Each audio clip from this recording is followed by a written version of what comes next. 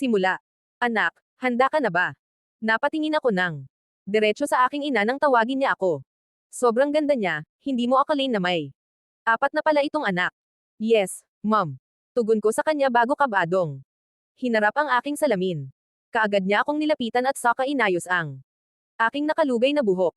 Isang mahigpit na yakap mula sa likuran ang kaagad kong natanggap mula sa kanya. I can't believe you're 16 na right now, Zea, parang kailan lang nung iniluwal kita eh. Napangiti ako sa kanyang sinabi bago ito hinarap. Heto na naman si mommy sa kadramahan niya. Mom, I know time flies so fast but it is what it is. Hinaplos niya ang aking pisngi bago ako hinalikan sa noo. Right, it is what it is. Aniya sabay na pairap sa kawalan dahilan upang mahina akong mapatawa. Let's go. Your visitors are waiting for you. Tumanggo ako sa kanya at saka kami sabay na lumabas sa aking kwarto. Si Daddy kaagad ang bumungad sa akin na may dalang malaking bouquet ng bulaklak. Dad will always be romantic in his own ways. Kung bibigyan niya ng bulaklak si Mom, hindi pwedeng wala kaming matatanggap ni Zaira. Happy birthday, princess. Pagbati niya sa akin. Bago niya ako hinalikan sa noo. Thank you, Dad. Sabay kaming bumaba sa hagdan ng malaki naming bahay, at tulad ng aking inaasahan. Sandamakmak na tao ang naghihintay sa akin. Sa baba, most of them are my high school friends and batchmates. Tinadtad ako ng pagbati sa oras na nakababa na ako ngunit sa kabila ng mga pagbati nila, may isang tao lang akong hinahanap sa dagat ng tao na nasa aking harapan. Where are you, Santi? Anak, do you need anything? Parang kanina ko panapapansin na nagkadahabo na ang leeg mo. Pukaw ng atensyon sa akin ni Mom. And no, I'm fine. Actually ma, may hinahanap lang ako. I see, one of your batchmates. Yes po. Tumanggo ako sa kanya. Well then, enjoy your birthday okay? Dito lang. Muna kami ng papa mo sa labas, we'll talk with your Aunt Selena. Tuluyan na itong umalis. Kasama si Dad papunta kay Auntie Selena na mismong kakambal ng ina ko. I saw them greet and embrace each other when they meet halfway. Sobrang ganda at pogi nina Auntie Selena at Tito Dominic. I can also see my cousin Dorothy on the side. Hey Zea. Napalingon ako sa aking likuran nang may tumawag sa akin. Happy birthday. Pagbati niya sa akin matapos ko itong lingunin. Hi Kieran, thank you. You look beautiful. As always. Ngumiti ako sa papuring ibinigay niya sa akin at saka muling nagpasalamat. Isa si Kieran sa pinakamalapit kong kaklase. He's also Santi's best friend. He confessed to me once but I never reciprocate it. Don't get me wrong, Kieran is such a great guy. He's talented, smart, and athletic just like Santi. But my heart never aches for him. So, in order to save our friendship, I told Kieran that it would be better if we just stay as friends. Importante siya sa akin bilang isang kaibigan. Yun lang. Luckily, Kieran never changed his treatment towards me after I rejected him. Leia is looking at you, ayaw mo ba siyang kausapin? Mahina kong tanong sa kanya nang mapansin ko ang babaeng panay nakaw ng tingin sa kaibigan kong si Kieran. Leia is our class, muse. Maganda rin ito at may balingkinitang katawan. Isa rin siyang member sa cheerleading squad katulad ko pero hindi kami ganun ka-close sa isa't isa. Why would I? Kieran said with a furrowed eyebrow. Para alam mo na. Malay mo may spark diba? Wika ko sabay bangga ng mahina sa braso niya. What are we kids? No, thanks Zea. I'm better here with you. Casual nitong Saad at Saka. Uminom ng soft drinks mula sa hawak nitong glass. Ewan ko sa, yo, wag kang manghihinayang ah. Pag may ibang gusto na yan si Leia. I said. Obviously teasing him. I won't napailing na lang ako sa sinabi niya. Kieran. Zea. Bigla akong napadiretso ng tayo. Nang makita ko si Ashton, ang pinsan ko at kaklase ko rin. Nang makita ko tong papalapit sa pwesto namin, hindi ko maiwasang mapahawak kaagad sa aking buhok para siguraduhing maayos ito. If Ashton's already here, I'm pretty sure Santi was here as well. Sila kasi ang palaging magkasama dahil magkapatid sila. Ash. Wika ko bago niya akong yakapin. Happy birthday Zixi. Napangiti ako sa itinawag niya sa akin at saka nagpasalamat. Nang makita ni Ashton si Leia sa gilid ay kaagad niyang inakbayan si Kieran at saka sa pilitang pinaharap dito. Eh anong ginagawa mo, Ash? Dude, Tinatanggihan mo ba ang grasya? What are you talking about? Napangisi ako nang magtama ang paningin. Namin ni Ashton at Sokka ako kinindatan. Kirin, hindi pwedeng palagi nasa pinsan ko. Na lang ang mga mata mo. Look for another. Epitome of beauty of man, you're missing your opportunity. Mahina akong napatawa ng hilahin na ni Ashton si Kirin papalapit kay Leia habang si Kirin naman ay pilit akong inaabot. And no. Zeya, lend me a hand. Kaagad na. Ibinaba ni Ashton ang kamay ni Kirin at Sokka. Ito tuluyang inilayo sa akin papalapit kay Leia. Napailing na lang ako at Sokka napatawa nang makita nag-uusap na ang tatlo kasama si Leia. Sa gilid. Ashton is the bridge that connects the two. Ang cute lang nilang tignan. Saktong lumingon ako sa ibang direksyon nang masilayan ko si Santi. Ngunit sa pagkurap ko, bigla na lang itong nawala. Santi. Mahinang bulong ko sa aking sarili. At Sokka ito hinanap sa dagat ng tao. Hindi ako pwedeng magkamali, siya yon. Greer is here in my house. Excuse me po. Pakiraan. God, this huge house is full. Ilang estudyante ba ang inimbita ni Mom? Tila nakahinga ako ng maluwag ng tuluyan na akong makalabas dito sa bahay. Santi. Saad ko muli nang makita itong lumiko. Sa gilid. Kaagad ko itong hinabol papunta sa pinakagilid ng lupain namin. It was a tight yet dark passageway towards the backyard kaya walang bisitang pumupunta rito. Kumunot ang aking noo nang dumaan dun si Santi kaya hindi ko maiwasang mas pabilisin pa ang aking paglalakad. Nang marating ko ang lugar, palakasan na lang nang pakiramdam dahil ang dilim talaga rito. I should have asked Dad to change this area. Santi, sure ka ba rito? Yeah, why? Pero paano kung may makakita sa atin? Walang makakakita kung mabilis lang tayo rito. Ay teka, tatanggalin ko muna. Do you want me to help you? Yes, please.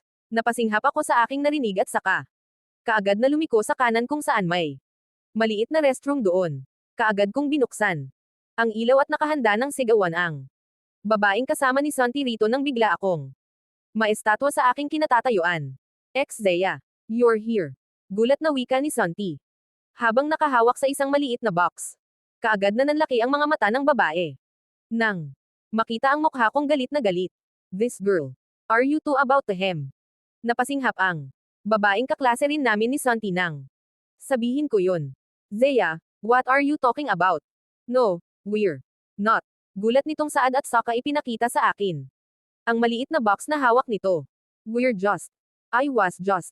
Napabuga ng hangin si Santi bago muling nagsalita. This is actually a surprise but you're here. Umalis na sa eksena ang babaeng kaklase ko.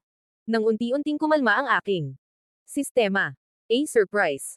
Lumapit sa akin si Santi at Sokka ibinigay sa aking ang hawak-hawak niya. I asked for her help since they owned a jewelry shop. I remembered you like a certain collection of bracelet in their store one time so I asked for Denise's help. Tinanggal ko ang takip ng box. At Sokka bumungad sa akin ang napakagandang bracelet. Oh my God, Greer. Bulong ko habang nakatakip ang isa kong kamay sa aking bibig. Kinuha yun ni Santi at Sokka ito ikinabot sa aking palapulsohan. Happy birthday, Clementine. Hinaplos ang puso ko nang sabihin niya yun at Sokka ako. Nangitian. Tuluyan nang nanag ang aking emosyon sa pagkakataong ito. Hindi ko na mabilang kung ilang beses kong pinigilan ang aking sarili na huwag gawin to pero sa pagkakataong ito, ginawa ko ang isang bagay na hindi ko inaakalang tuluyang magpapalayo sa aming dalawa. Isang bagay na makasalanan. I kissed him. Naramdaman kong natigilan si Santi sa kanyang kinatatayuan ng lumapat ang aking labi sa kanyang labi. I gave him my first kiss dahil wala rin akong planong ibigay to sa iba kundi sa kanya lang. I grabbed his collar and deepened the kiss. Hindi ko alam kung tama ba ang pagkakahalik ko sa kanya pero wala na akong pakialam. Ang mahalaga ay hinahalikan ko siya ngayon. Dito sa lugar kung saan madilim at walang makakakita sa amin. Ngunit ang kasunod na nangyari ay talaga nga namang ikinagulat ko. Malakas niya akong itinulak at Sokka napahawak sa kanyang labi na tila ba galit na galit. Ito ang unang beses nakita ko itong ganito kagalit. What the F is wrong with you? Madiin niyang sambit habang pinupunasan ang kanyang labi. G. Greer, I love you. Hindi mo ba napapansin? Yun. Matagal na kitang.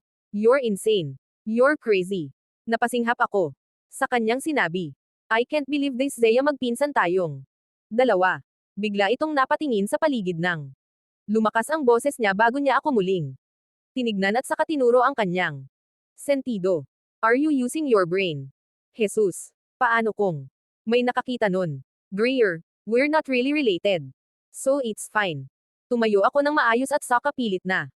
Hinahawakan ang kanyang gwapong mukha. Pero umiiwas ito. I can love you. And you can love me too.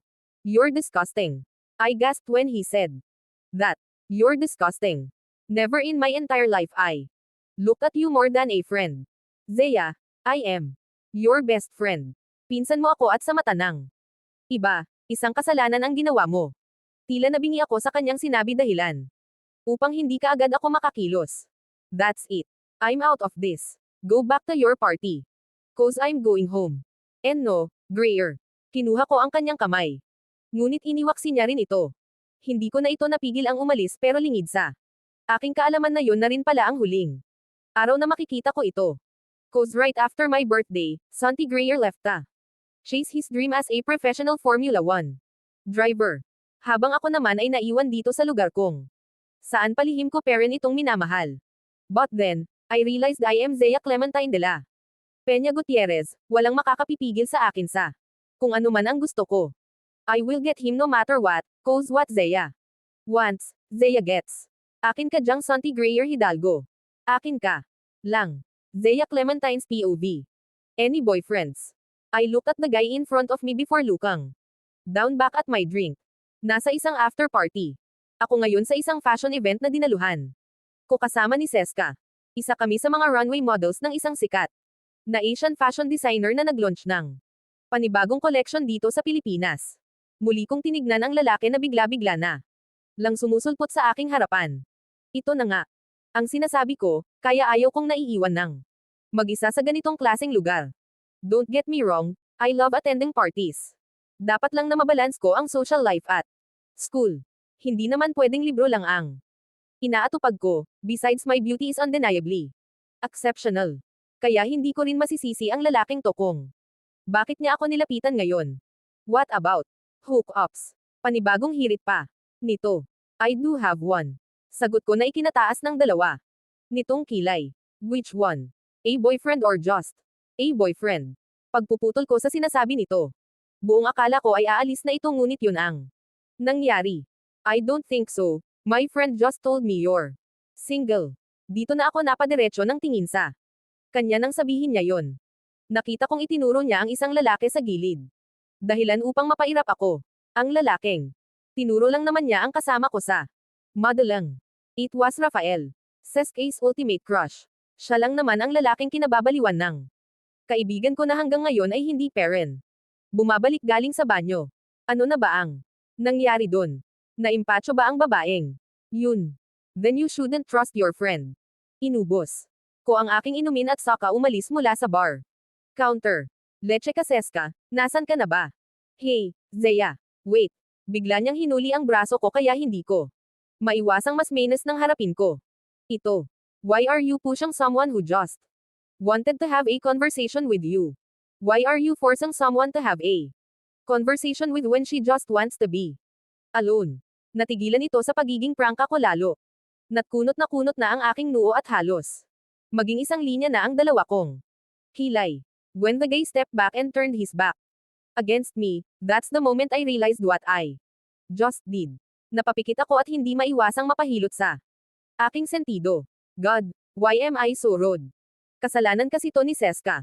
Dapat hindi niya ako iniwan kanina pa, kung aalis man siya dapat. Hindi ganito katagal. Napailing na lang ako at saka muling bumalik sa bar counter para umorder ng inumin. Nasa kalagitnaan ako ng pagwawaldes ng pera ng biglang nag-vibrate ang aking telepono. Kaagad kong sinagot ang isang tawag na galing kay Seska. Bruha, sa oras na babalik ka rito, ilalampaso ko yang nguso mo sa sahig. How scary. Bungad niya sa kabilang linya na. Ikinairap ko. Nasan ka na kasi? Kanina pa ako rito. Seska. Zaya. Huwag kang magagalit ha. Aniya. Pero ngayon pa lang, galit na ako. Umalis kasi ako, hindi ko na kaya girl. Ang sakit talaga ng tiyan ko, kaya nauna na akong umalis. Hindi ko na carry ang bumalik pa dyan sa loob ng bar. May lumabas na atang usok mula sa aking ilong. Nang sabihin niya yon, huwag kang mag-alala. Tatawagan ko si Tito Zyler. Para siya na mismo ang kukuha dyan sa. No need, Seska. I don't want dad to drive during this hour. Tsaka alam kong magagalit ito kapag nalaman niyang umiinom ako. My dad never knew I'm drinking at this age of 20. Sobrang protective niya kaya heto at palihim ko itong ginagawa. Mom is the only person I can talk about it aside my friends. Are you sure? Hindi ka ba galit sa akin? Galit, kaya kung wala ka nang sasabihin, I end mo. Natungkol dahil mas lalo lang akong napakurap ako nang bigla niyang pinutol ang tawag. Talagang malilintikan ka sa kinbukas, Seska. Makikita mo. Hi, you alone. No, I'm actually with my friend. Really? But I don't see anyone sitting with you.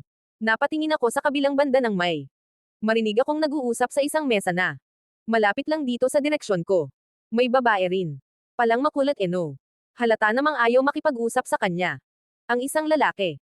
As I stare at his table, I figured out that he's indeed with someone else before that lady came in. May dalawa itong inumin sa ibabaw ng mesa. Pero mukhang hindi ito napapansin ng babae. Okay. Look, if you want to hook up with me, then I'm sorry but I have to reject you, miss. Bigla akong napangisi nang marinig ko ang sinabi nung lalaki.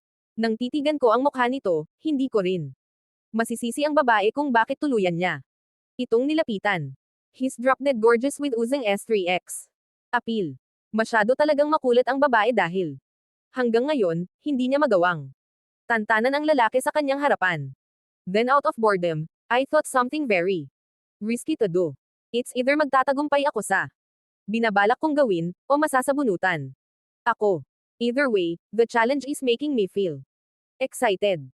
I got my asterisks up from my seat after drinking my last drink and went straight to their direction. May mga lalaking napapatingin sa aking direksyon pero pinagsawalang bahala ko lang sila dahil nasa isang lalaki lang nakatuon ang aking buong atensyon. Bigla akong pumagitna sa kanilang dalawa. At saka iniharang ang aking katawan sa lalaki. So basically, I am facing the girl and the man was behind me. Hey, put a little respect to yourself. He already said no, so back off. Seryosong saad ko habang diretsyong nakatingin sa babae. I saw how her eyes twitched when I said that, which made me smirk. Ganyan nga, tumalikod ka na at umalis. Saad ko sa aking isipan nang inis itong umalis. Matapos akong bigyan ng isang masamang tingin. That was hot. Ring kong komento nung lalaki. Sa aking likuran dahilan upang lingunin ko. Kaagad ito. Muntikan na akong mapa-atras nang makita ko itong nakatayo na sa aking likuran. Oh God, he's tall and manly. Napakurap ako at hindi maiwasang mahawa sa kanyang mga ngiti. He smiled. He smiled. And heroic. Dagdag pa nito habang nanatiling nakatingin sa aking mukha. I just hoped I still look good tonight. At hindi. Yung parang sabog na dahil sa dami kong nainom. Oh well, I'm not yet drunk, just a bit tipsy but I'm good. Hopefully. I'll take that as a compliment. Panimula ko. At saka pasulyap na tinignan ang dalawang basong nasa kanyang mesa. It's best if you call your friend right now to keep you accompanied. Baka bumalik na naman yung babae. Mahina itong napatawa kaya hindi ko maiwasang mapatulala sa kanya. Okay, that laugh was so hot. I'll be fine because of you. Humakbang ito. Papalapit sa akin at saka hinawakan ang ilang hibla ng aking buhok bago ako tinitigan sa mata. You're staying a little bit, don't you? He said in a low husky voice. I think my friend will be out a little longer, why won't we have a drink? It'll be on me. Pasasalamat ko lang sa ginawa mo. I smiled before shaking my head, politely declining his offer. No, I'm good. Just pass it forward. I said before. Slowly pushing his chest away. In fairness, ang tigas ha. Wala sa huwisyo kong naikagat ang aking ibabang labi habang nakatingin sa kanyang gwapong mukha. He blinked when I did that. Huli na nang mapagtanto ko ang aking ginawa. Nang bigla niya nalang hapitin ang aking bewang at saka ako walang pag-aalinlangan na hinalikan sa labi. Ang malambot nitong labi na sinisipsip ang aking bibig ang tuluyang nagpapikit sa akin. I held onto his shirt and kissed him back as he deepened his tongue inside my mouth. Napasinghap ako nang hilahin niya ako papalapit sa kanya habang hinahalikan. Perrin. Before we can no longer hold back ourselves, I immediately break our kiss. Dismayed was evident in his eyes when I caught our moment together. Hindi naman ito ang unang beses na may hinalikan akong lalaki, kaya kahit papano ay confident naman ako sa paghalik ko sa kanya. The stranger's hands are still holding my waist, while looking straight into my eyes. Why? Kaagad kong pinutol ang gusto niyang sabihin habang nakalapat ang aking hintuturo sa kanyang malambot na labi. I wonder how many women he kissed using this playful lip of him. I chuckled when my lipstick stains are evident against his mouth. Dapat kasi yung transfer-proof lipstick na lang ang ginamit. I wiped it using my thumb while he stood up still. Like a good puppy. I gotta go, you enjoy the rest of your night, Ham. I said in a teasing manner before slowly kissing his cheek, leaving a kiss mark on it. Napakurap ito sa aking ginawa lalo na't ngumiti ako sa kanya bago tuluyang kumawala sa kanyang hawak at saka naglakad papalayo. Wait. Nilinggan ko ito nang bigla itong magsalita.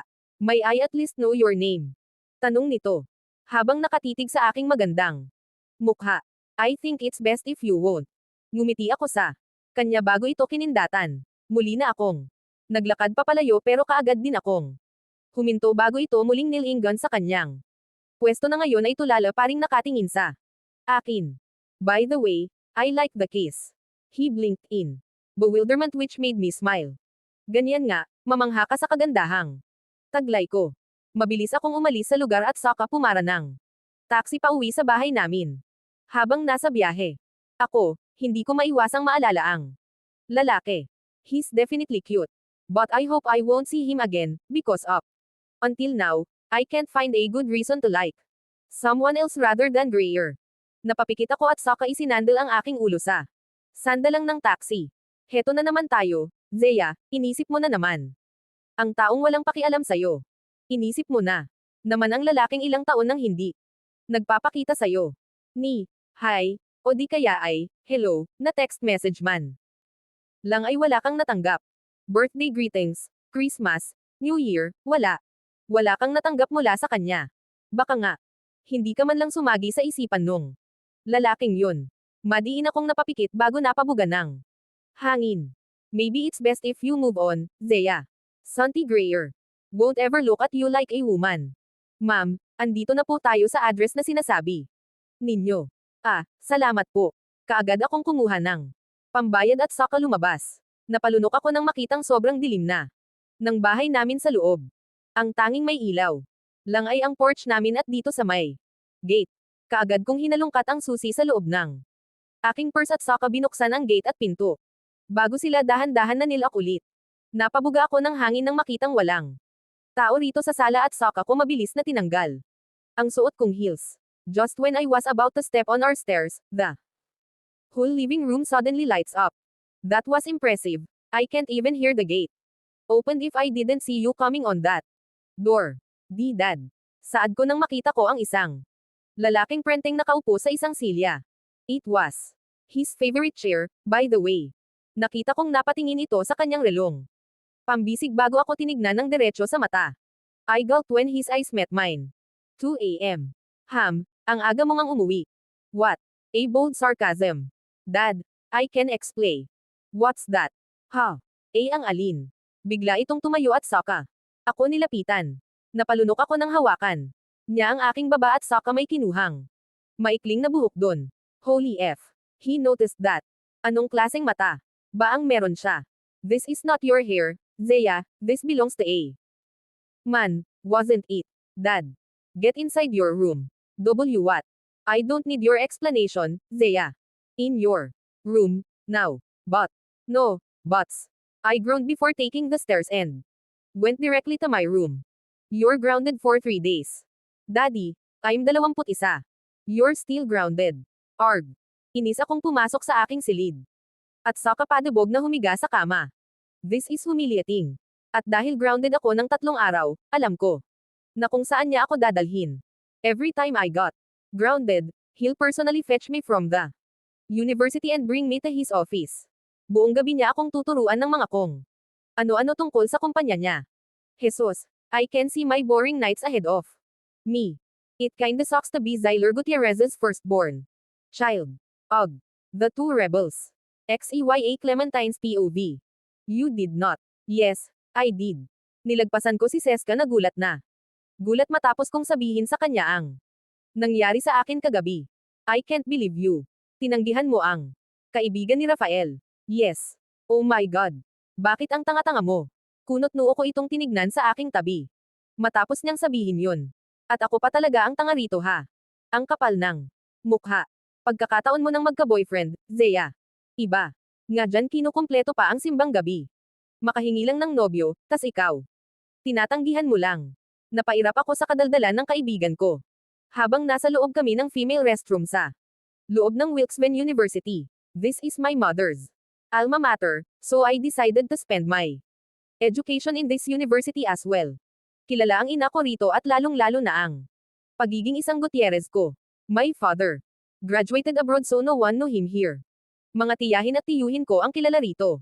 Ilang beses ko bang sasabihin sa'yo, Seska? I don't need a man. Do. Paulit-ulit. Alam ko na yan. Pagpapatuloy niya sa sasabihin ko. Yun naman pala eh. O sino na ang tanga sa ating dalawa ngayon? Pabalang kong sabi sa kanya at saka ito inirapan bago inayos ang aking buhok. I don't want any baby hair sticking out from my hairstyle. I'm practicing a clean girl hairstyle and look for this school year. Sobrang klasiko kasing tignan at malinis based on the name itself, of course. Wag mo nga akong awayin. Dapat lang kitang awayin dahil iniwan mo ko sa party kagabi. Diretsahan kong wika sa kanya. At saka tuluyan ng kinuha ang bag ko. Ano ba, wag ka nang magtampo. Ota na lang. May alam akong bagong bukas sa Barca. Kabilang city, walang makakakilala sa'yo. Do. Hindi ako pwede. Ay, bakit? Grounded. Ikaw. Obviously. Hirap kong sagot bago tuluyang lumabas sa restroom kasama si Seska. At, kasalanan mo to. Seska dramatically gasped while holding her chest when I said that. Napaka-uwa talaga ng babaeng to, sarap ingod-ngod ng bibig niya sa may kantab na sahig ng Wixben. Let me talk to Tito Zyler, then. Ipagpapaalam kita sa kanya mamaya. Hindi uubra yan, maniwala ka na lang sakin. Kilala ko ang ama ko. At kapag sinabi niya, grounded ako, talagang grounded ako. No buts and no other questions asked. Kung ikukumpara ko ang mga magulang ko sa isa't isa, masasabi kong mas nakakatakot si Dad. Yes, my mother is quite dangerous, but my father is deadly. Kaya ko pa sigurong ikwento sa ina ko ang tungkol sa mga gala ko kasama sina Seska pero pagdating kay Dad, hindi talaga pwede. Hindi ko nga makakalimutan yung araw na minsan na akong humawak ng isang boteng. Alak hawak lang yun ha. As in literal na hawak. Lang talaga dahil itatabi ko sana pero bigla niya akong pinanlakihan ng mata. Panandalian akong napapikit ng maalala ko. Yun. My father is scary. Dad. Matagal pa ba ang meeting na to? Kalabit ko sa aking ama na nasa tabi ko lang. At saka may ibinulong sa kanya. Nasa kumpanya niya ako ngayon dahil nga grounded ako kaya 3 gabi ako pupunta rito. Pagkatapos ng klase ko. I'll be experiencing this in 3 consecutive days. Just be patient and listen, Zea. Napabuga na lang ako ng hangin bago inayos ang aking pag-upo. Sinunod ko ang sinabi at saka nakinig na lang sa isang lalaking nagsasalita sa harapan. Kaka-rating ko lang dito at saktong may board meeting daw sila Dad kaya pinasama na niya ako. Nasa kalagitnaan pa kami ng meeting nang biglang nag-vibrate ang cellphone ko. Tinignan ko muna si Dad gamit ang aking mga mata bago pasilip na tinignan ang cellphone ko. Muli itong nag-vibrate nang bigla na lang tong huminto. Nang makita kong may tumatawag. Kaagad ko itong tinakpan dahil bigla na lang itong umilo. Medyo madilim pa naman dito dahil may nagpe-present na projector sa harapan. May natanggap akong isang text message kaya mabilis at palihim ko parent itong tinignan upang basahin. From Seska. Bruha, sagutin mo. May sasabihin ako. Urgent. Napakagat ako sa aking ibabang labi at saka. Tumikim dahilan upang mapatingin sa akin si Dad. What's wrong? Dad. Pwede ba akong gumamit ng banyo? Tanong ko. Sure but come back right away. Hindi pa tayo tapos dito. Okay po, thanks Dad. Mabilis ko siyang hinalikan sa pisngi bago maingat na umalis sa board meeting. Hindi niya ako hahayaang umalis hanggat hindi ko siya hahalikan sa pisngi. Mabilis kong tinungo ang banyo ng mga babae. Nang may siguro kung walang tao rito sa loob ay. Kaagad kong tinawagan si Seska. Isang ring pa. Lang at sinagot niya kaagad ito. Hell. Hoy, tumakas ka dyan. May pupuntahan. Tayo. Kaagad niyang bungad sa akin na ikinakunot ng aking noo. Baliw ka ba? Gusto mo bang lumalaang sitwasyon ko? Seska, grounded nga ako ng 3 araw. Hindi mo ko maloloko, Zeya, gagawa at gagawa kang paraan. Napairap ako sa sinabi niya. Seska, si Zeya ba yan? Napadiretso akong. Tayo nang mabusesan ko ang isa ko pang kaibigan sa kabilang linya. Magkasama kayo ni Presay. Yes girl, ikaw lang ang wala rito. Kawawa ka. Naman. Naikuyong ko ang aking kamao at hindi maiwasang mapairap na naman. Lintek ka. Talaga kahit kailan, Seska, kung hindi pa kita naging kaibigan, paniguradong mortal na. Magkaaway tayong dalawa. Nasan kayong dalawa? May okasyon ba? No girl, walang okasyon, inimbitahan lang. Naman kami ni Rafael kasama ka sana pero. Grounded ka nga pala. Panunukso nito na. Ikinabusangot ng aking mukha. Huminga ako ng malalim bago ilang ulit na. Inisip ang ideyang lumilipad sa aking utak. Ngayon, napabuga ako ng hangin at saka. Panandaliang napapikit bago muling nagsalita. Give me the exact location. I'll sneak out later. During bedtime. That's our Zeya. Sinundan ito ng tawa ni Seska. Bago ko tuluyang pinutol ang tawag at saka. Mabilis na bumalik sa board meeting dahil baka. Mas lalong magtaka si Dad kung bakit matagal. Akong bumalik. Cold night. Dark place. Unfamiliar faces. Loud. Engines. Hindi ko alam kung bakit kami naririto pero isa lang ang alam kong, malilintikan ako rito kung malalaman ni Dad na tumakas ako para magpunta sa isang drag racing. What the F, Seska? Single. Kung matapos ko siyang hilahin dito sa gilid. Yes, you read it right, we're in the middle of drag racing. Halos mga kaedad ko ang naririto at ang iba ay halatang mas nakatatanda. Drag racing is an illegal thing to do here, kaya hindi ko alam kung bakit kami napunta rito. Hindi ko alam kung bakit napili nila Rafael na magpunta rito. Chill, Zeya, this is fun. Sabi ni Rafael mas. Magiging kapana-panabik daw ngayon dahil may mga bagong kalahok. Napatampol ako sa aking noo at saka na pailing. Seriously. Matino pa ba yung pag-isip mo? You know this is illegal, Seska, bakit sumama ka? Perrin. Dinala mo pa si Presay, wika ko sabay. Turo sa inosente naming kaibigan na kumakain ng ice cream habang pangiti-ngiti sa mga kotseng nakikita niya na parang nasa Tokyo Drift. Yeah, I understand Presay. She's really naive and I want to protect her innocence about this matter. At dahil natutuwa siya sa mga sasakyan na halatang sobrang cool, siguro sa paningin niya, hindi man lang siguro sumagi sa isipan niya na nasa isang illegal na gawain kami. Ngayon, Seska, pag ito talaga. Ladies and gents, we have our first racers. Tonight. Biglang may umalangaw na megaphone dahilan upang mapunta kaagad sa nagsasalita ang atensyon naming lahat. The man flashes his light 6 na times. Talaga. Siya talaga ang naghamon. Oo, hinamon niya yung bagong kalahok. Biglang hinawakan ni Seska ang kamay ko. At saka ako hinayla papunta sa mga taong pinalilibutan na ang dalawang sasakyan. Seska, Zeya, over here. Pagkuha ni Presay sa aming atensyon at saka kumaway. Nasa likuran naman niya si Rafael at ilang mga kaibigang lalaki. Mamaya mo na ako pag-alitan, Zeya, but for now, let's just enjoy the race first. Palihim akong napairap at saka sinamahan na lang silang dalawa ni Presay. Andito na rin naman ako kaya wala na rin akong ibang pagpipilian pa. Tumakas ako sa amin para dito, kaya paninindigan ko to. Sino yung bago? Ring kong tanong ni Seska. Kay Rafael. I have no idea. Let's just watch their race. Nakita kong inakbayan ni Rafael si Seska. Dahilan upang panandalian akong matigilan. Okay. Am I missing something? Halika, Zeya, dito ka, tabi tayo. Hinatak ako ni Presay papalapit sa kanyang tabi bago ako ainulookan ng ice cream. Umiling ako at saka nagpasalamat sa kanya bago itinoon ang aking buong atensyon sa dalawang sasakyan na nasa aking harapan.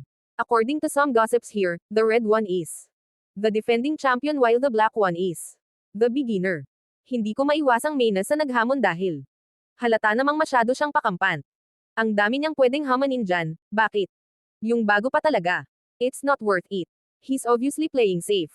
On your marks. May isang sobrang sexing babae ang nakatayo sa harapan ng dalawang racer. Itinaas niya ang isang panyo dahilan upang mas lalong yumangay ang buong lugar. Nang dahil sa sigaw at hiyawan ng mga tao. Idagdag mo pa ang may ingay na tambutso ng dalawang sasakyan. Ready. Bigla akong kinabahan at wala sa huwisyong napatitig sa itim na sasakyan. Nako, kung sino ka man, good luck na lang sayo. Bakit mo kasi pinatulan yung hamon, eh? Champion pala yung driver ng pulang kotse na. To. Get set. Go. I heart leaped when the red car immediately gets off first at pumapangalawa na ang nakaitim. No.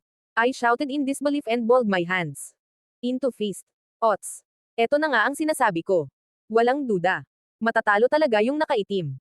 The race went on and the only thing we can do is to wait. Kung sino ang maunang makakarating. Pabalik ay yang panalo. I have no idea why I chose to wait for the cars to get back. Dapat sa mga oras na to ay uuwi na. Ako dahil takot akong mahuli rito. I should have get my amp up and get back home because clearly this illegal racing is ridiculous.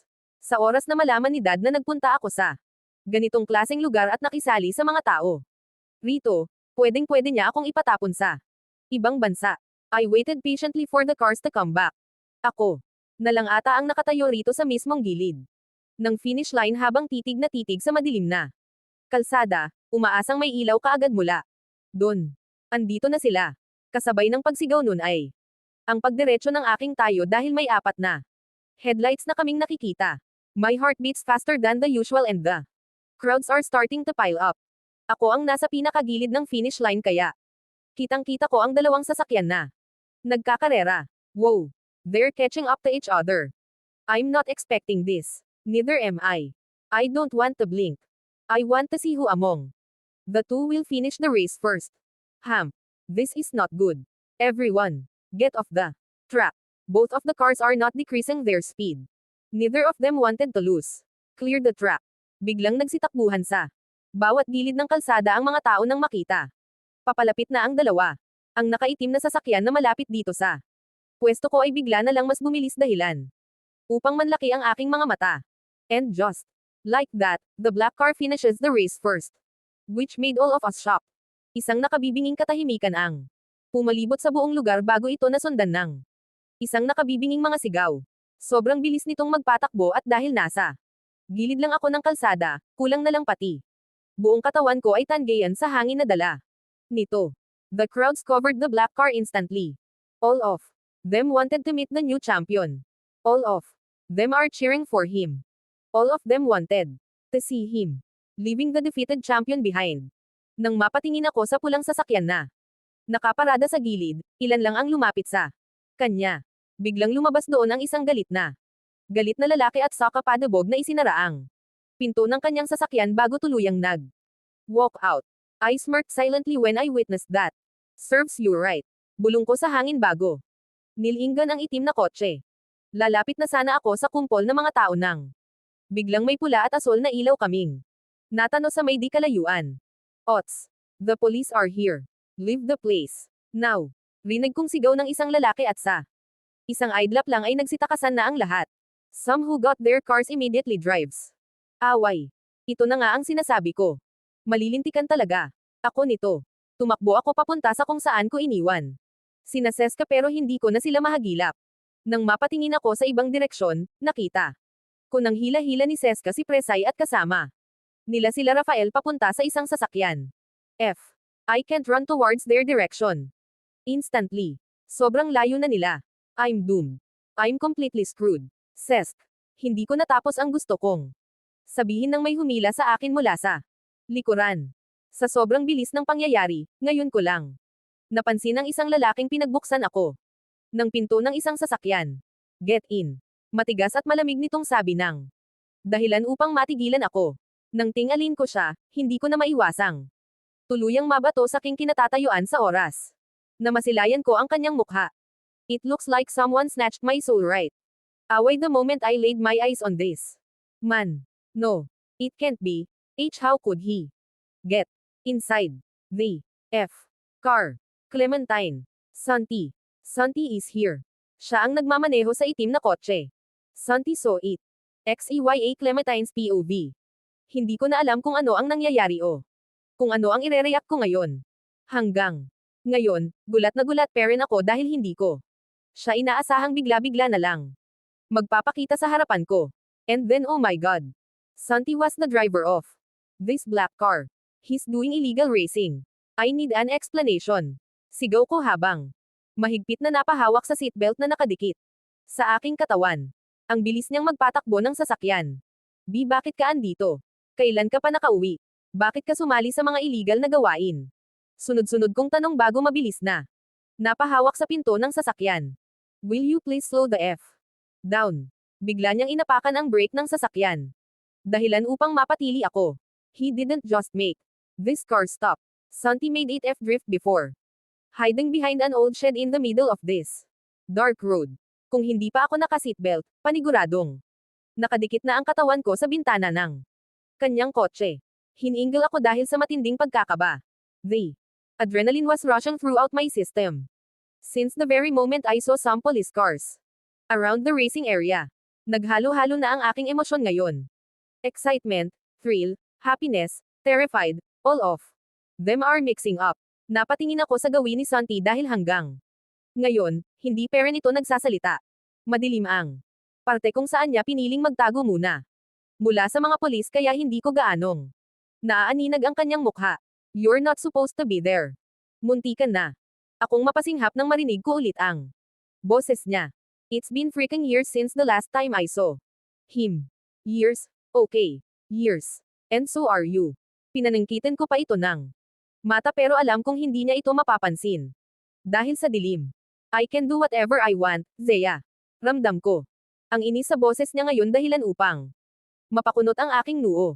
Bakit siya naiinis? Siya patong may ganang mainas sa aming dalawa. Kung ganon, ako rin. Ikaw lang ba ang may karapatan dito? Wait, why are we arguing? Bakit kami naiinis sa isa't isa? Hindi ito ang dapat na mangyari. I should be happy that Santi is already back. And he should be glad that he sees me again. Hindi na namin naaninag ang kulay pula at asul na ilaw na humahabol sa amin kaya ini-start ulit ni Santi ang makina ng kanyang sasakyan. He drove back to the road and the atmosphere surrounding us is now quiet again. Our first meeting after all those years should have been livelier and not like this. Parang may tanim kami ng sama ng loob sa isa't isa kung umasta. Kaming dalawa ngayon. Santi. Tawag ko sa pangalan niya habang nakatingin sa harap ng kalsada ngayong nakahinto na ang kanyang sasakyan sa labas ng bahay ko. May nagawa ba akong I'm not in the mood to talk. Bigla akong nanlumo sa kanyang sinabi at hindi maiwasang mapalunok. Tumanggo na lang ako kahit na hindi ko alam kung ano nga ba talaga ang rason sa likod ng pag-iba ng kanyang ugali ngayon.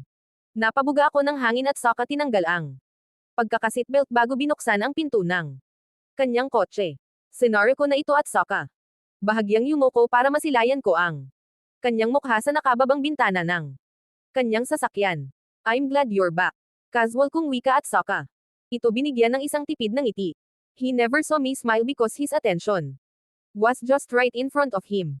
Talagang sa kalsada lang ito nakatingin habang mahigpit ang pagkakahawak sa manibela ng kanyang sasakyan.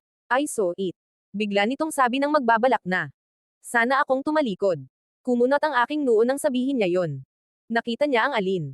May kinalaman ba ako tungkol rito? Ito ba ang dahilan kung bakit kakaiba ang ugali na ipinapakita niya sa akin? Ngayon, I saw what you did. He said before clenching his jaw. Ibubuka ko na sana ang aking bibig para magsalita nang bigla niyang inapakan ang accelerator ng sasakyan at saka mabilis na umalis. I was left standing outside my house, dumbfounded, figuring what the hell was he talking about. Zea, bakit ang tagal-tagal mo dyan sa loob ng kwarto mo? Mas lalo kong minadali ang pag-aayos nang marinig ko na ang boses ng aking sariling ina sa labas ng aking silid. Hey, Mom. Bungad ko sa kanya nang buksan ko ang aking pinto. Tinignan niya ako mula ulo hanggang paa bago muling magsalita. What took you so long? Hindi naman ako ganyan katagal mag-ayos noon sa edad mo. Napangisi ako at hindi maiwasang mapelang bago sumunod sa kanya pa ibaba ng hagdan. Mom, that was you. Magkaiba tayong dalawa. Hirit ko pa at saka tinungo muna living ang room para kunin ang naka-charge kong cellphone. I scanned the notifications before putting it inside my purse. Wala namang bagong unread messages akong natanggap kaya ayos lang. O siya, halika na. Kanina pa naghihintay ang ama mo sa loob ng sasakyan. Nababagot na. Yun. I smiled before clinging onto her arms. Sabay kaming nagtungo sa isang itim na SUV. Kung saan naghihintay nga si Dad. Nang makapasok na kaming dalawa sa loob ay kaagad din kaming umalis papunta sa kaarawan ng isa kung pinsan na si Gabriela. Nauna na si Zaire roon dahil kahapon pa lang. Doon na siya natulog sa bahay ni na Uncle Denver at Tita Sasha. Uncle Denver is my father's cousin. He's a Gutierrez too, while Tita Sasha is my mother's best friend. Kaya ganito kami ka-close ng mga pinsan ko na sina Gabriela, Ashton, at Santi. To make things clear, ang pinsan ko lang talaga nakadugo ko ay sina Gabriela at Ashton. Dugot laman sila ni na Uncle Denver at Tita Sasha, habang si Santi naman ay adopted son ni Tita Sasha nung naanal sila ni Uncle Denver. Pero ngayon ay ayos naman na sila. Kaya ang daladalang apelyido ngayon ni Santi ay ang apelyido ni Tita Sasha sa pagkadalaga niya. Santi is a Hidalgo and not a Gutierrez. San nga ulit yung venue, anak? Ringkong. Tanong sa akin ni Mom mula sa passengers. Sit. Sa Garden of Tizapu. Sagot ko habang nakatingin sa labas. Ilang minuto pa ang lumipas at ipinarada na ni Dad ang sasakyan sa parking lot nila rito. Today is Gabriela's 18th birthday kaya paniguradong sobrang bongga ng party na to. Dito pa lang kasi sa labas ay sobrang enggrande na makikita ko na ang malaking flower arch nila. Rito na napuno ng mga rosas. May pa-smoke effect pa sa mismong entrance tsaka ang mga mag-a-assist sa amin ay nakasuot ng Edwardian clothing styles. Ito kasi ang gustong-gustong theme ni Gabriela. Historical. Nagustuhan ko rin kasi ang ganda ng suot ko. Ngayon, naka-corset ako at mahabang bestida. Sobrang conservative dahil nakabalot ang katawan ko pero halata naman ang pagiging sexy at mock-urban ng aking katawan. Mr. at Mrs. Gutierrez, please follow me. At heto, nangga at ina-assist na kami papunta sa table namin. Ang ganda ng venue. Kung pwede lang, magdebo ulit. We're just in a massive greenhouse full of plants and flowers. May mga series lights pa sa taas na kulay dilaw na yang magpapaliwanag ng buong lugar mamayang gabi.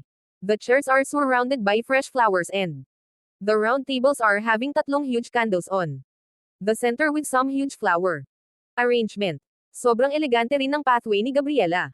Dahil isang glass pathway lang naman to na may mga sari-saring bulaklak sa ilalim. Ang upuan niya sa gitna ay sobrang laki na.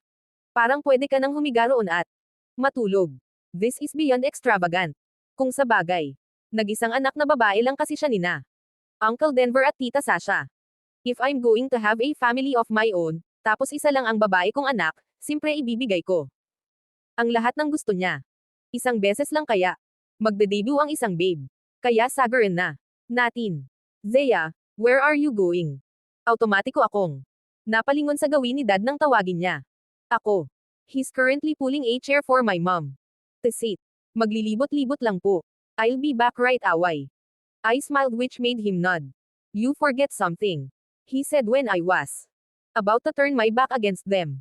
Nagtataka akong tumingin sa kanya at bigla na lang may naalala. Alright. The kiss. Yes, the kiss. Napailing ako sa kanya at Saka. Ngumiti bago siya nilapitan upang halikan sa pisngi. Bumalik ka kaagad. I will, Dad. Relax, I said before kissing my mother's cheeks as well and stormed away from them. Mabilis kong hinugot ang cellphone ko at Saka. Nagpicture sa magandang lugar na ito. God, this looks so enchanted. Kung pwede lang sana magdebo ulit, gagawin ko talaga. Gabriela had a pretty good taste. Nakita ko ang dalawa akong kakambal na kapatid na prenteng nakatayo malapit sa wine section. Habang nakatingin sa dalawang babaeng nasa harapan nila. Kunot ang noo ni Twy habang si Mady naman ay nakapamulsang nakatingin sa mga babae. Nang makita ko itong ngumiti at Saka umiling, kaagad na bumagsak ang magkabilang balikat. Nung dalawang babae at Saka umalis, I sighed. Another broken-hearted girls. Bulong ko sa aking sarili at Saka nag-iwas ng tingin para mag-selfie. Ang ganda-ganda ko ha. In fairness ang galing kung mag-makeup. Pero kahit wala akong makeup, maganda na talaga ako. I thank my parents strong jeans. Muli akong nagpicture na bahagyang nakanguso at mas ipinakita ang maganda kong jawline at ang maliit ngunit matangos kong ilong. Asset ko kasi ito. Naghanap ako ng mas magandang angle pero medyo nahihirapan ako. Do you need help? Muntikan na akong mapatalon nang biglang may masalita sa aking likuran. Nabusesan ko siya kaya nagdadalawang isip. Akong harapin ito. Oh my God. Oh my God. Hindi pwede. Please. Sabihin yung mali ang inisip ko. Siya na mismo ang nagpunta sa aking harapan. At saka ako tinignan ng diretso sa mata kaya. Heto at mukha na akong timang sa harapan niya. Mabilis akong nag-iwas ng tingin at saka napatingin sa may kantab na sahig nila rito. Wow, ano ta? Sahig. Ang ganda naman. Bulong ko sa aking sarili. Siya nga, walang duda. We met again, aniya dahilan upang mapatingala ako. Palihim akong napalunok at saka pilit na ngumiti. Ha? Ano ang ibig mong sabihin? O sige. Magtanga-tangahan ka lang, Zeya, total dyan ka. Naman magaling. This good-looking cute guy chuckled when I said that. The man who needs help in the bar and the man you protected, aniya sabay turo sa sarili niya at saka ngumiti. I'm that man, remember? Nakangiti niya paring wika na ikinakurap ko. If only Seska and Presay was here, baka kanina. Panahulog ang baba ng dalawang yun sa sahig. Dahil sa gwapong lalaking kaharap ko. Ngayon, hindi siya purong Pinoy, sure ako don. Natural. Kasi ang kulay kayumanggi niyang kulay na. Buhok tsaka ang features niya rin ay halatang pang foreigner, idagdag mo pa ang height nito. Ngayon ko lang ito napansin dahil madilim nung una ko siyang nakita. I can't believe it, hinalikan ko lang naman ang lalaking to ng isang beses sa bar. Oo, ikaw nga yun. Sabi ko sabay iwas ng tingin. I never thought I'll see you here. Ako nga, rin eh. Ako rin. He suddenly extended his hand on me which made me look at it. Shock, ang laki ha. Tsaka, maugat. Ako nga pala si Luther. Sabay kaming napalingon sa isang lalaking sumigaw habang nakatingin sa lalaking kaharap ko ngayon. Bigla itong tumabi sa lalaking kaharap ko at saka ako tinignan sa mukha. Mukhang kaibigan niya ito. Baka ito yung kainuman niya nung gabing yun. Why are you here, French? Rinig kong bulong ni Luther sa kaibigan niya. What? Bad timing ba? Bulong din ito pabalik sa kanya. Aware ba silang rinig na rinig ko? Sila. Yes. Now please, go. Oh shoot, my bad. Umayos nang tayo yung lalaking nagngangalang French at saka ko. Nangitian. It was an apologetic smile to be exact. He waved his hand at me before turning ta. Luther. Papunta na rito si Santi, kaya dalian mo na.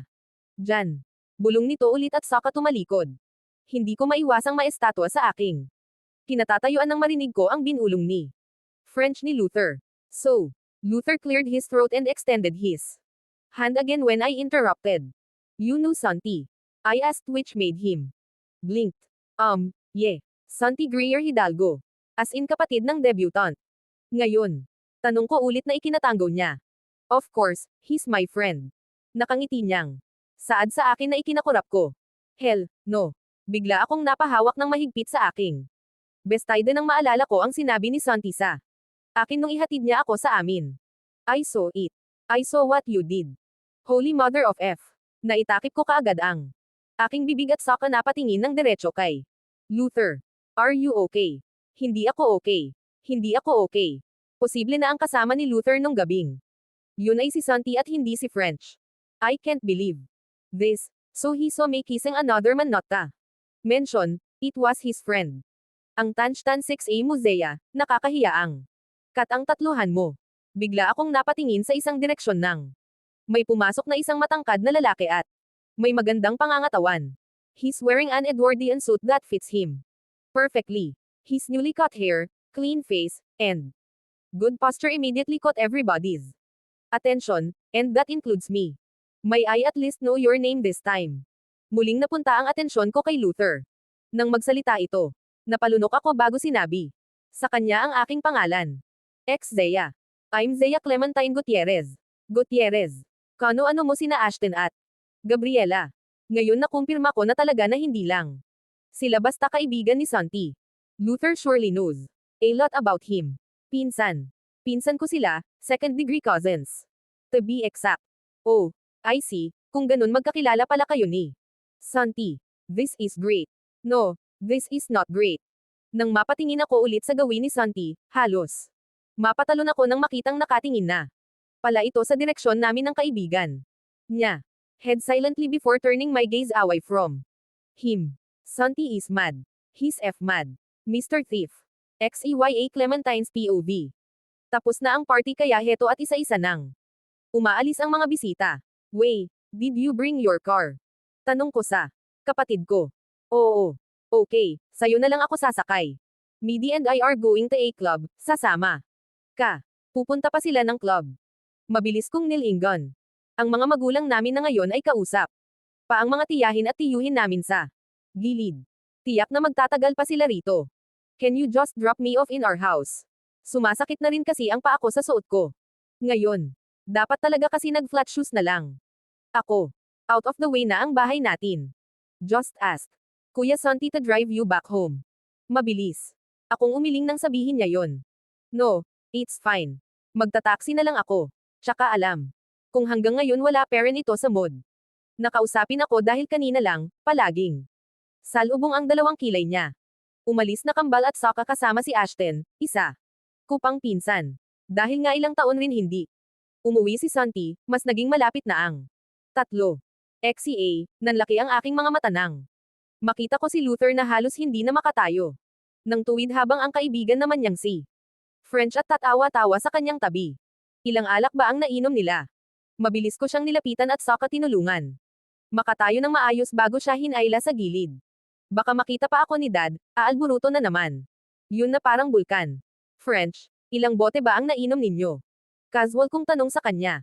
Itinaas niya ang kanyang kamay at Sokka ito tinitigan ng ilang segundo bago ipinakita sa akin ang dalawang daliri na nakataas. Napairap ako dahil imposibleng dalawang bote lang ang nainom nila. Dalawang case hahaha. Mabilis kong tinakpak ang bibig at ilong niya. Nang humagalpak ito ng tawa. Nakaakbay si Luther sa akin habang nakayuko na ang ulo nito. Nang tignan ko ito, nakasara na ang kanyang dalawang mata. Mukhang mas maraming nainom si Luther kesa kay French. Hinapit ko siya sa bewang sabay. Tingin sa buong palagid kung saan ko yang pwedeng lagay dahil unti-unti na akong nabibigatan sa kanya. French, can you call Santi? Tawagin mo siya tas. Papuntahin mo ya rito. Sabihin mong kailangan nyo nang umuwi. Seryoso kong utos sa kanya at hindi na rin maiwasang menas. Nakita ko kasi itong umalis kanina na may kasamang babae, at mula nun ay hindi ko na siya nakita pa ulit hanggang sa matapos na ang party. Iniwan niya ang mga kaibigan niya rito para sa isang babae. Sok, Luther, kaya mo pa bang maglakad? Tanong ko. Sa kanya at Sokka mahinang tinapik ang kanyang pisngi. Luther, I can't feel my legs. Just drag me. Ano? Hindi ko pwedeng gawin yan sa'yo. Ah, Santi, there you are. Mabilis kong nilingon. Si French nang sabihin niya yon. Kaagad kong sinundan ang kanyang tingin bago naipukol sa isang matangkad na lalaking naglalakad papalapit sa amin. Salubong na naman ang kilay niya lalo na't nakita niya akong nakaagak kay Luther. He's drunk. He can't stand on his own. Sabi ko. Nang tuluyan na itong makalapit sa gawin namin. Kaagad niyang kinuha si Luther mula sa akin. Ngunit umaayaw ito. Zaya can help me. Let her be. Natigilan ako. Nang sabihin yun ni Luther at Sokka binawi ang kanyang kamay mula kay Santi. Fine. Tipid nitong sagot at Sokka kami. Tinalikuran. Sinundan namin si Santi nang sa ganon ay makauwi na rin ang dalawa niyang kaibigan. Kami ni Luther ang nasa backseat habang si French naman ay nasa passenger seat. Pagkapasok namin sa loob ay tuluyan nang nakatulog ang dalawa bago nag-drive si Santi paalis ng venue. I groaned after putting Luther on his bed. Lumiyad ako pagkatapos dahil ang sakit ng likod ko. Ang bigat-bigat talaga niya, ayaw niya pang magpatulong kay Santi kaya halos nasa sakin. Ang bigat niya. Nasa isang malaking condominium unit kami. Ngayon na pagmamayari ni Santi at nasa sang kama sina Luther at French ngayon. Habang nakatitig sa dalawang kaibigan ni Santi. Hindi ko maiwasang makaramdam ng konting inggit sa kanilang dalawa dahil sila ang kasakasama ni Santi ng ilang taon. Gusto kong malaman kung ano ang ginagawa ni Santi sa loob ng ilang taon niya sa Belgium. Aside from working so hard to become a professional Formula isang racer, I want to know some small details about him. Kung ano ang naging lifestyle niya roon. Paborito niyang tambayan sa tuwing gusto niyang mapag-isa, paborito niyang kainan doon. Anong ginagawa niya tuwing weekends, at marami pang iba. Santi and I were best of friends, and it kinda pains me to realize how time changed it. Parang wala kaming pinagsamahan ngayong. Nagkita na ulit kami matapos ang taon. Don checking on him. Mabilis kong nilingon. Si Santi nang magsalita ito sa aking likuran. Palihim akong napalunok nang makita kong nakaputing polo na lang ito dahil tinanggal na niya ang kanyang suot kanina. Nang makita kong salubong peren ang kilay niyang hanggang ngayon, kaagad akong nagsalita. Look, whatever you saw that night is just nothing, sabi ko at saka ito nilagpasan para lumabas ng kwarto. Oh really? I don't think so, aniya habang nakasunod sa akin. You're obviously flirting with him, Zea. Nakainom ako nun, okay. Tsaka malay ko bang kaibigan mo siya. Pagdedepensa ko sa aking sarili. Do you like him? Natigilan ako sa paglalakad. At saka siya mabilis na nilingan na ngayon ay nakatayo na labas ng pinto. The door was completely shut beside him. What? No. Kilala kita, Zea. Hindi mo hahalikan ang isang lalaki nang wala lang. I was stunned for a bit. Second when he said that. Bigla kong naalala ang ginawa ko nung 16th birthday ko sa kanya. That was my first kiss, and I gave it to him.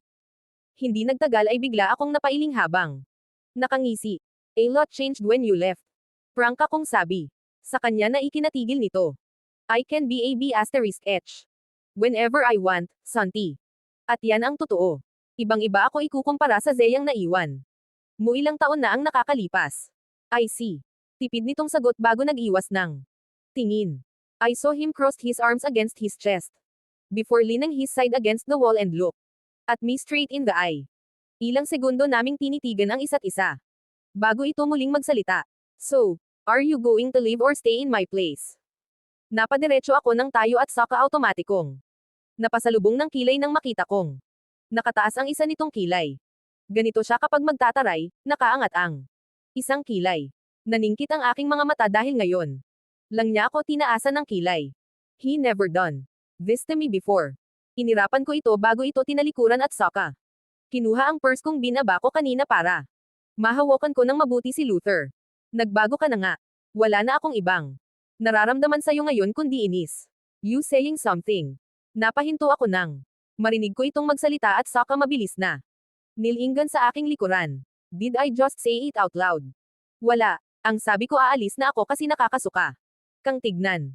Pagtataray ko rin bago mabilis na umalis sa unit nito. Hindi niya man lang ba ako ihahatid? Nakakainis. Ang sarap tadyakan sa puson. Hindi ka sana makatulog ngayong gabi, Santi. Buiset ka. What happened to you? Salubong sakin ng aking ama pagkababa ng pagkababa ko mula sa kwarto. Nagkakape na ito kasama si Mom dito sa labas ng bakuran namin. Lumapit ako sa kanya at saka ito hinalikan sa pisngi bago ko binati rin si Mom. Hindi ka ba nakatulog kagabi, Zea? Tanong ni Mom sa akin na ikinatango ko na lang. Kung ano yung hiniling ko kagabi, sa akin naman nangyari. Uminom ako ng gatas at saka nagsimula ng kumain kasama nila ngayon. Nang tignan ko silang dalawa, magkahawak kamay pa sila sa ibabaw ng mesa habang umingiting. Palihim. Kumunot ang aking noo habang nakatingin sa kanilang dalawa. Saan nga pala kayo nagpunta kagabi, Dad?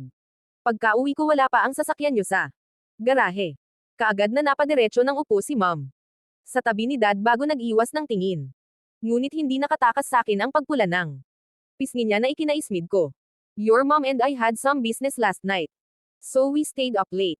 Walang kaiyahiyang wika ng ama ko. So, you're both having a good time? I asked. Exactly Ray. Zyler. Single ni Mom sa kanya matapos nitong paluan ng malakas ang kamay nito. Napailing na lang ako sa kanilang dalawa bago kinuha ang isang toasted bread at saka ito kinagat sabay kuha ng nangangalahati kong gatas. Where are you going? Dad asked when he saw me stood up. Tinanggal ko ang tinapay mula sa aking bibig bago nagsalita. Giving you some time alone. I said before. Winking at him. I got you, Dad. Always. Nakita kong napangiti ang aking ama bago ako hinayaan na pumasok sa loob ng bahay at saka mabilis na umakyat pabalik sa aking kwarto. Wala rito ang kapatid kong si Zyra dahil sumama ito kina Gabriela kagabi. Siguro nasa isang hotel sila ngayon kasama ang iba pa nilang Mga kaibigan at pinsan. While my twin brothers haven't arrived yet from their clubang last night, siguro nakitulog na. Naman ang mga yon sa mga kaibigan nila. Ako lang talaga ang responsableng anak na marunong umuwi sa bahay. Biglang nag-notify ang cellphone ko sa ibabaw ng aking kama kaya kinuha ko yon. I received a text message from Seska. Seska, good morning bruha. Free ka ba?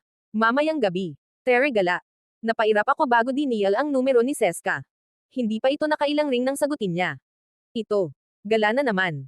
Saan ba? Haha. Same spot lang. Di ko feel ang uminom eh. Kay, naman nito. Baka nakalimutan mong galing pa akong party. Kagabi. Bakit? Nalasing ka ba? Wala naman. O yun naman pala eh. Napailing na lang ako. Bago binuklat ang isa kong libro habang nakaharap na ngayon sa laptop ko. Chinek ko ang ilang PDF documents ng mga school activities namin at sinigurong nasagutan ko ang lahat ng mga tanong bago ko ito ipasa sa susunod na araw. Dali na. Sino ba mga kasama natin?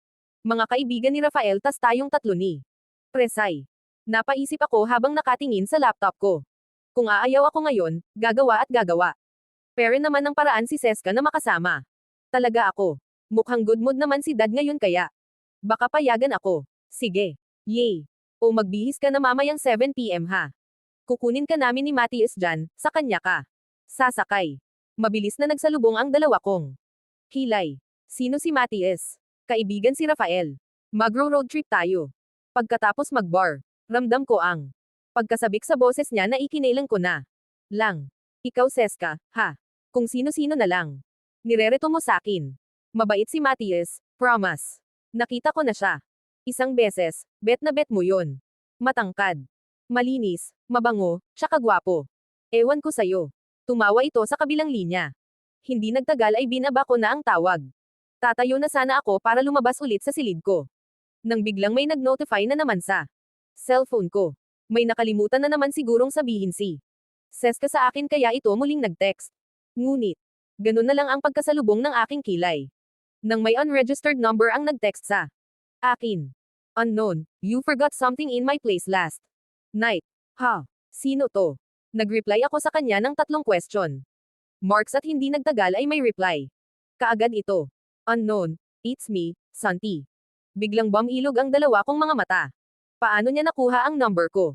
Ang pagkakaalam ko ay hindi ko ito binigay sa kanya. Dahil hindi naman ito nagtatanong. Zea, how did you get my number? Unknown, I stole it. Naikagat ko ang aking ibabang labi ng bigla. Nalang uminit ang magkabila kong pisngi. Isang tao lang ang binigyan ko ng number kagabi, at si Luther yon. Does it mean he stole my number from Luther's phone? Sinampal ko ang aking sarili ng isang beses. Bago napabuga ng hangin at saka ito. Nireplyan. Zea, busy ako mamaya. Itago mo na lang muna. Yan. Patibong yan Zea, huwag kang bibigay kaagad. Tinarayan ka ng lalaking, yan kagabi, tar ayan. Muulit siya ngayon para makaganti ka. Hindi nagtagal ay may panibagong text akong natanggap sa kanya nang tignan ko ito, inis kong tinignan ang screen. Unknown, K. Walang niya. Illegal affairs. Santi Greyer's POV. Sakit ng ulo ko. Ring kong reklamo ni French. Habang hinihimas-himas nito ang kanyang sentido. Binaba ko ang aking isang tasang kape bago binuklat sa ibang pahina ang diaryong hawak-hawak ko. These men are now eating their breakfast with me. Sa kanilang dalawa, si French ang huling nagising kaya heto at patapos na kami ni Luther. Habang siya naman ay kakasimula pa lang. You really are living in the old times. Rinig. Kung komento ni Luther sa aking tabi habang nakatingin sa akin na nagbabasa ng dyaryo. Hindi ko na lang ito kinibo at saka pinagpatuloy ang pagbabasa. Paano pala tayo nakauwi kagabi? Wala na akong matindaan. Sabi ni French habang hinihipan ang mainit niyang kape. Obviously, Santi drove us home. Si Luther na ang sumagot sa kanya. Hindi ka ba nalasing kagabi? Tanong sa akin ni French habang nakatingin na sa aking direksyon. Hindi. Tipid kong sagot bago muling binuklat ang kasunod na pahina. Ah, oo nga pala. Hindi ka maglalasing kung may mga babae sa paligid. Nakangising wika ni French bago ininom ang kanyang inumin. He's right. I don't let myself get drunk with the presence of women around me. Mula nung una, akong nalasing sa Belgium kung saan ako nag-aaral ng kolehiyo, hindi ko na hinahayaan Ang sarili kong malasing. Puwera na lang siguro kung nasa isang lugar ako. Na puro mga lalaki lang ang kasama. I don't know but my body seems to act weird if I'm drunk. Sa tuwing may makakausap o makakahalubilo akong babae kapag lasing. Hindi ko makontrol ang sarili ko. So as much as possible, I'm avoiding that scenario to happen again. I don't do one-night stands or hookups. It's not my thing to begin with. Pero sa isang pagkakamaling hindi ko inaasahan nung mga oras na yon, nakagawa ako ng isang bagay na hindi ko naman talaga gusto. Ngiti-ngiti mo dyan, Luther. Napatingin. Kaagad ako sa isa kong kaibigan ng banggitin. Ni French ang pangalan niya. Ha. And nothing. Mabilis niyang nilapag ang kanyang cellphone sa ibabaw ng aking lamesa. But then French reflexes never failed him and immediately took Luther's phone away from him. Sinubukan pang bawiin ni Luther ang kanyang cellphone mula kay French ngunit nabigo ito. Ano ba kasi ang tinitignan mo rit, natigilan. Sa pagsasalita si French nang makita niya ang kung ano man ang nasa screen ni Luther. Give it back to me, French. Mabilis na binawi ni Luther ang kanyang phone nang makita niyang natigilan si French sa kanyang kinatatayuan. I saw the disbelief in French's eye when he looked at Luther which made me intrigued. What's in Luther's phone to make French stun? Like that. Did you just took a photo of her while she's eating? Nakangisi ngunit kunot ang noong wika ni French bago kinuha ang kanyang kape. She looks good, okay. There's nothing wrong with that. Pagdedepensa ni Luther sa kanyang sarili. Simp. Hirit ni French. I'm not simp. Hey, I'm not simp. What is it all about? Pagputol ko sa asaran nilang dalawa, sabay na napatingin sa aking direksyon ang dalawa matapos ko yon sabihin. Tumayo ako at saka nilapitan si Luther bago mabilis na kinuha ang phone niya mula sa kanyang kamay. He never expected it to happen. So he put his guard down. It's nothing, Santi. Pero huli na nang makita ko kung sino ang nasa screen ng phone niya. It was Zeya. So, this is nothing. Wika ko habang nakatingin sa litrato ni Zeya na kinunan ni Luther ng palihim. Kumakain ito base sa litrato ngunit nang mag-swipe pa ako, nakita kong nakangiti na ito. Sa kung sino man ang kausap niya sa party. Kagabi. Luther took approximately 5 series of pictures of her. Nothing, really. Kaagad na binawi ni Luther ang phone niya. At saka ito mabilis na binulsa. Fine, I'll admit it. But she's pretty, okay. And I kinda like her. Naningkit ang mga mata ko nang marinig ko yun mula sa kanya. Pare, hindi port pinabilib ka lang ng isang beses ay gusto mo na. Nailang na wika ni French sa tabi habang nakangisi. Kagabi lang ikinwento sa amin ni Luther ang naganap nung mismong gabi na yon. Alam ko na noon na si Zeya ang babaeng humalik sa kanya pero hindi ko ito sinabi sa kanya. Kagabi lang din niya nalaman na pinsan ko si Zeya dahil ito mismo ang nagsabi sa kanya. She's different. Oz. I'm serious, French. Bago to ah. Kailan ka ulit huling nagseryoso? Napatingala si French sa kisame na tila naglisip bago tinignan si Luther at saka muling nagsalita. Ah, hindi ko na matandaan kasi. Hindi pa naman nangyari. Dagdag nito bago muling ngumisi. Luther rolled his eyes before taking his breakfast. Bumalik na rin ako sa akin pwesto para basahin ang dyaryo ko. Santi, ayos lang ba sayo? I looked at Luther, using my eyes when he said something. Ang alin? Na magustuhan ko ang pinsan mo. Senaryo ko. Ang dyaryo at saka ito nilingan. Nang makita kung seryoso ang mukha niya, napabuga na lang ako bago muling magsalita. Whatever. Tipid kong wika bago muling bumalik sa pagbabasa. Thanks, man. Wala nang bawian yan ha. Hirit. Nito na hindi ko na inabala pang tugunan. Nighttime has come and I'm standing right outside a 24/7's convenience store while drinking a soda in a can. Napatingin ako sa lalaking kakababalang sa isang motorsiklong nakaparada sa mismong tapat ko. When he removed his helmet, he immediately flashed me his warm smile. Santi. Pagbati niya sa akin na ikinangiti ko. Kieran. Pagtawag ko sa pangalan niya bago niya ako niyakap. Kamusta ka na? Ngayon lang tayo ulit nagkita. Mula nung graduation natin sa high school ah. Balita ko nakuha mo yung championship sa Belgium, congrats pre. Napangiti ako sa kanyang sinabi bago kami pumasok sa loob para puntahan si Ashton, ang kapatid ko at kaibigan ni Kieran. Ash, Kieran's here. Pagtawag ko sa isang Lalaking nasa cashier at nagbabayad na. Kieran. Masaya nitong wika at saka ni Yakap. Ang kaibigan namin. Nag-usap sila kaagad at nagkamustahan bago kami sabay na lumabas ng convenience store. Ashton and Kieran met several times before. Since I was the only one who lived abroad for my education and dream. Umuwi lang ako ngayon dahil tapos kong masungkit ang pangarap ko at tapos na rin ako sa pag-aaral.